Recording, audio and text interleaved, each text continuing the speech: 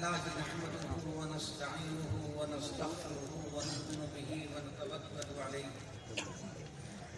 ونعوذ بالله من شرور أنفسنا ومن سيئات أعمالنا من يهده الله فلا مضل له ومن يضلل فلا هادي له ونشهد أن لا إله إلا الله وحده لا شريك له ونشهد أن سيدنا ومولانا محمدا عبده ورسوله أما بعد فأعوذ بالله من الشيطان الرجيم بسم الله الرحمن الرحيم قل بفضل الله وبرحمته وبذلك فليفرحوا هو خير مما يجمعون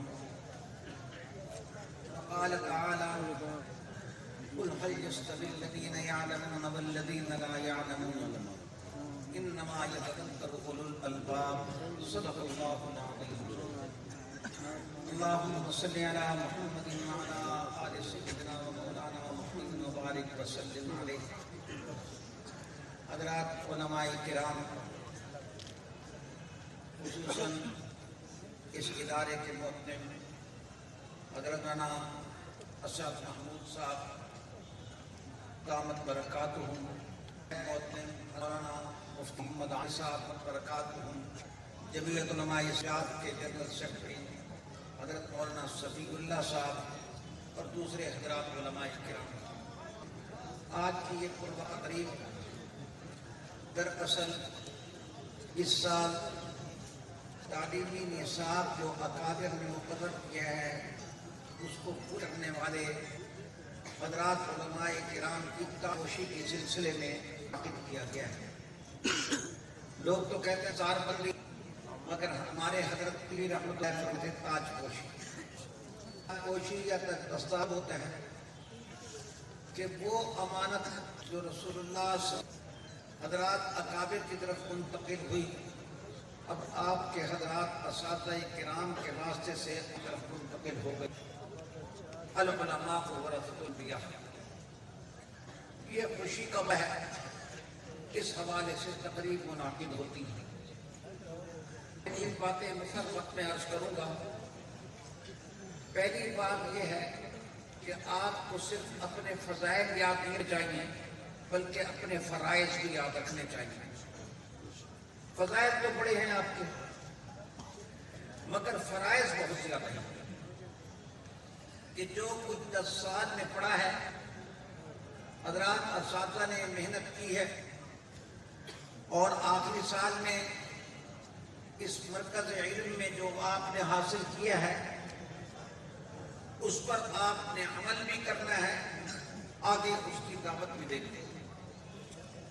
قاسم العلوم وہ مبارک مدرسہ ہے جس کی بنیاد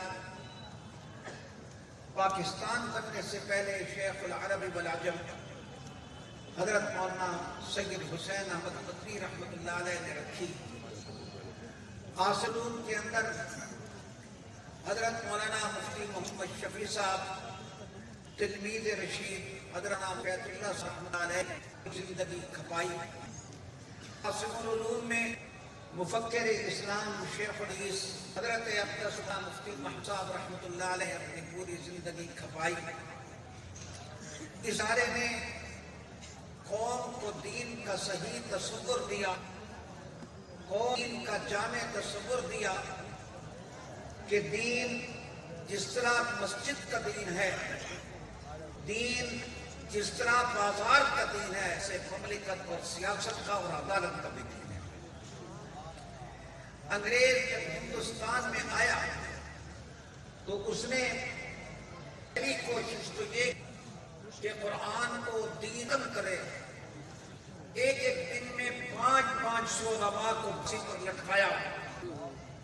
اسی بات یہ ہے کہ انگریز کی سازش اور کاروائیاں تھی کہ اگر اللہ کا فضل اور درجہ اسباب میں ہمارے حضرات اکابر کی محنت اور ہمت نہ ہوتی تو شاید اس خطے کا حال بھی وہی ہوا جو روس کی آدھ ریاستوں کا حال ہے، لیکن اللہ کو کچھ منظور تھا۔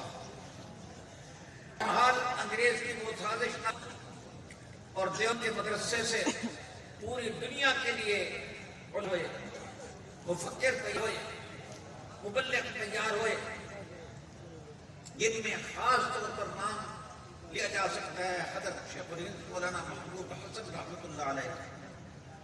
میرے عزیزوں، اپنے اکابر کو سمجھو، اپنے اکابر کو پڑھو۔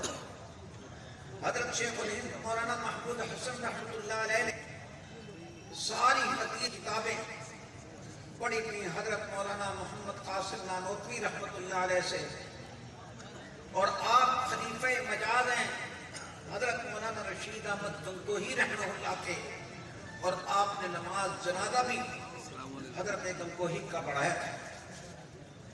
مفکر اسلام حضرت مفتی محمود صاحب فرمایا کرتے تھے کہ حضرت امام ابو حنیفہ کے بعد جیسے اللہ نے شاگرد حضرت شیخ الہند کو دیے ہیں، ایسے کسی کو نہیں دیے۔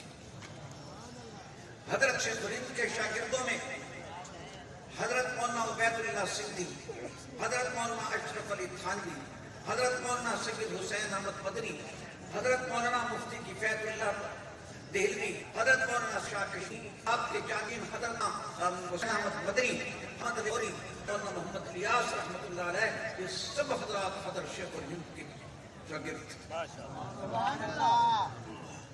حضرت شیخ الہند نے امت کو ایک فکر دیا جامعیت کا۔ اس جامعیت کے نتیجے میں ان کو جانا پڑا مالٹا کی جیل میں۔ اسی کو انہوں نے منتقل کیا اپنے تلامذہ کی طرف، خصوصاً حضرت مولانا سید حسین احمد مدنی رحمۃ اللہ علیہ، ان کے ذوق اور فکر کو لے کر آگے چلے گئے۔ اور حضرت مدنی کیا تھے؟ وہ کہنے والے نے کیا خوب بات کہی، رہبر تھے رہے صدق کے راہی تھے حسین، رہبر تھے رہے صدق کے راہی تھے حسین، دنیا کے لیے فضل الہی تھے حسین۔ اب کون ہو مجموعہ اوصاف ایسا، درویش تھے عالم تھے مجاہد تھے حسین، درویش تھے عالم تھے مجاہد تھے حسین۔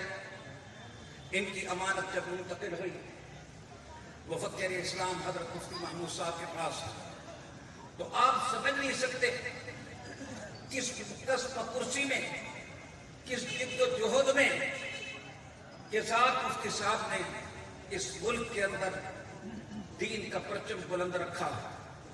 آج پاکستان کے آئین میں جتنی کچھ اسلامیت ہے، درجہ اسباب میں وہ مفتی محمود کی محنت کا نتیجہ ہے۔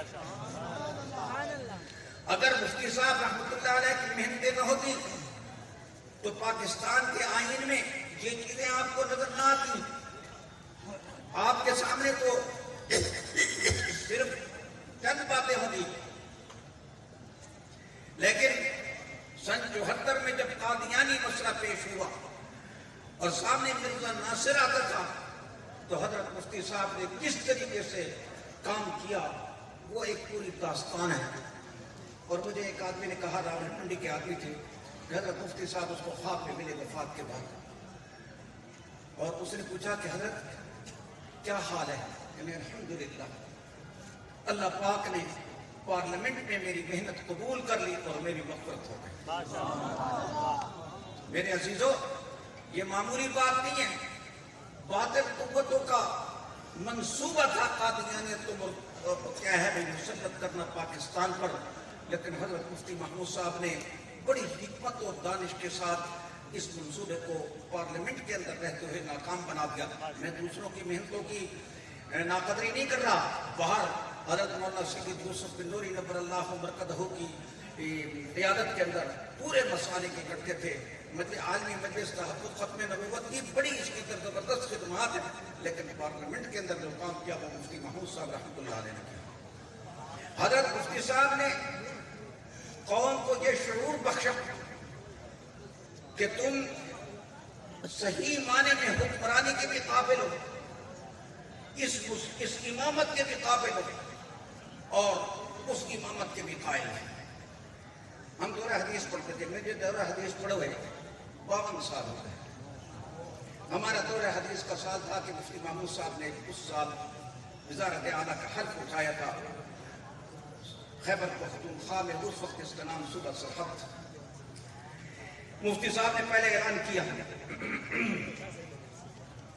کہ میں حلف اٹھانے کے فوراً بعد ایک اہم اعلان کرنے والا ہوں۔ پورا ملک متوجہ تھا کہ یا اللہ کیا ہوتا ہے۔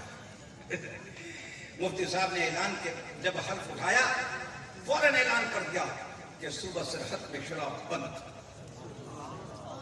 اور الحمدللہ وہ بند ہو گئی۔ ملک کے وزیر اعظم ذوالفقار علی بھٹو نے مفتی صاحب سے کہا، جو اخبارات میں آیا کہ مفتی صاحب ہم آئیں گے ہمیں بھی شراب نہیں ملے گی، مفتی نے فرمایا اتنی آنا کہ واپسی تک گزارا ہو جائے۔ آئین اسلامی قانون کو ممکن حد تک اپنے اختیار کے مطابق انہوں نے وہاں پر نافذ کر کے بتا دیا کہ ایک مولوی کے اندر یہ صلاحیت ہے کہ وہ ملک کی حکمرانی کر سکتا ہے، مولوی کے اندر صلاحیت ہے عدالت کے اندر بھی جا سکتا ہے، مولوی کے اندر صلاحیت ہے کہ وہ ہر قسم کی رہنمائی قوم کے اندر کر سکتا ہے۔ آج ہمارے طلباء میں احساس کمتری، احساس کمتری کیا ہوتا ہے؟ یار فارغ ہو کر کریں گے کیا؟ انا للہ و انا الیہ راجعون۔ اگر ہمارا فاضل یہ سوچے کہ میرے اوپر جو ذمہ داریاں کو میں کیسے ادا کروں گا، یہ پریشانی تو سمجھ میں آتی ہے، لیکن تو پیٹ کے لیے پریشان ہے، تیری برکت سے تو دوسروں نے پلنا ہے، نہیں تیرا نشیمن قصر سلطانی کے گنبد پر تو شاہی ہے بسیرا کر پہاڑوں کی چٹان۔ اپنے اندر قطعاً تمہارے اندر کیا نہیں ہونی چاہیے؟ احساس کمتری نہیں ہونا چاہیے۔ آخری بات، آپ کے اندر جیسے علم ہے ایسے عمل بھی ہو۔ علم جہاں علم دین میں عمل علم سے الگ نہیں، جیسے علم نبوت ضروری ہے نور نبوت بھی ضروری ہے۔ اخلاص ہو، تقویٰ ہو، زہد ہو، قناعت ہو۔ الحمدللہ ہم نے حضرت مفتی محمود صاحب کو دیکھا ہے، ہم نے ملتان میں دیکھا، ڈیر اسماعیل خان میں دیکھا، ہم نے مفتی صاحب کو مدینہ منورہ میں دیکھا، بہت ساری جگہوں پر دیکھا، ہم نے اس کو روتے بھی دیکھا، ہم نے ان کو دیکھا کہ وہ کس سوچ کے ساتھ دعا کیا کرتے تھے۔ اپنے اندر ہم ذوق دعا پیدا کریں، اپنے اندر ہم ایک ذکر والے بنیں، کسی اللہ والے کے ساتھ سچا تعلق اپنی اصلاح کا رکھیں۔ انشاءاللہ العزیز آپ لوگوں مستقبل آپ لوگوں کا ہے۔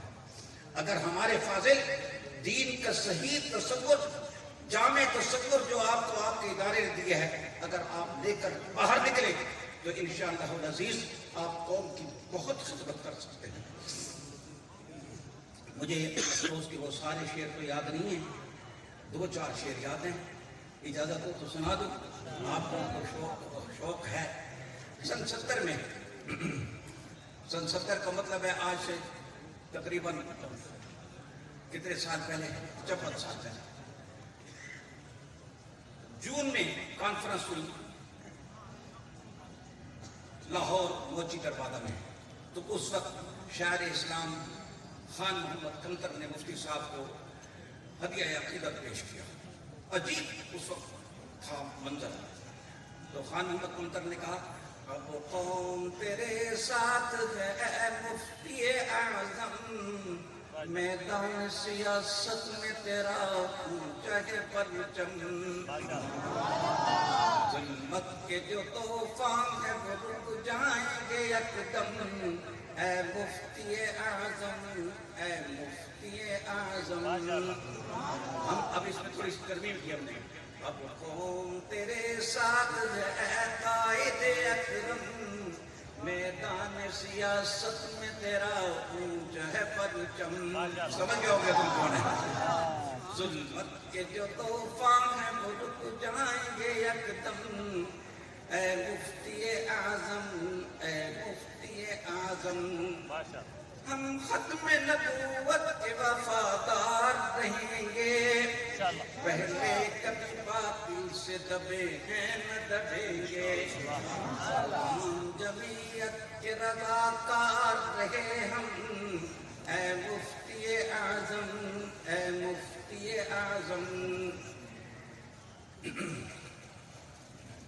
جاتے ہوئے مدنی نے جمعیت تجھے سونپی، 19 جماعتوں نے قیادت تجھے سونپی، یہ شان تیری قدسی صدارت سے نہیں کم اے مفتی اعظم، اے مفتی اعظم.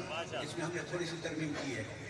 جاتے ہوئے مفتی نے جمعیت تجھے سونپی، سب دینی جماعت نے قیادت تجھے سونپی. یہ شان تیری کرسی صدارت سے نہیں کم، اے مفتی اعظم، اے مفتی اعظم.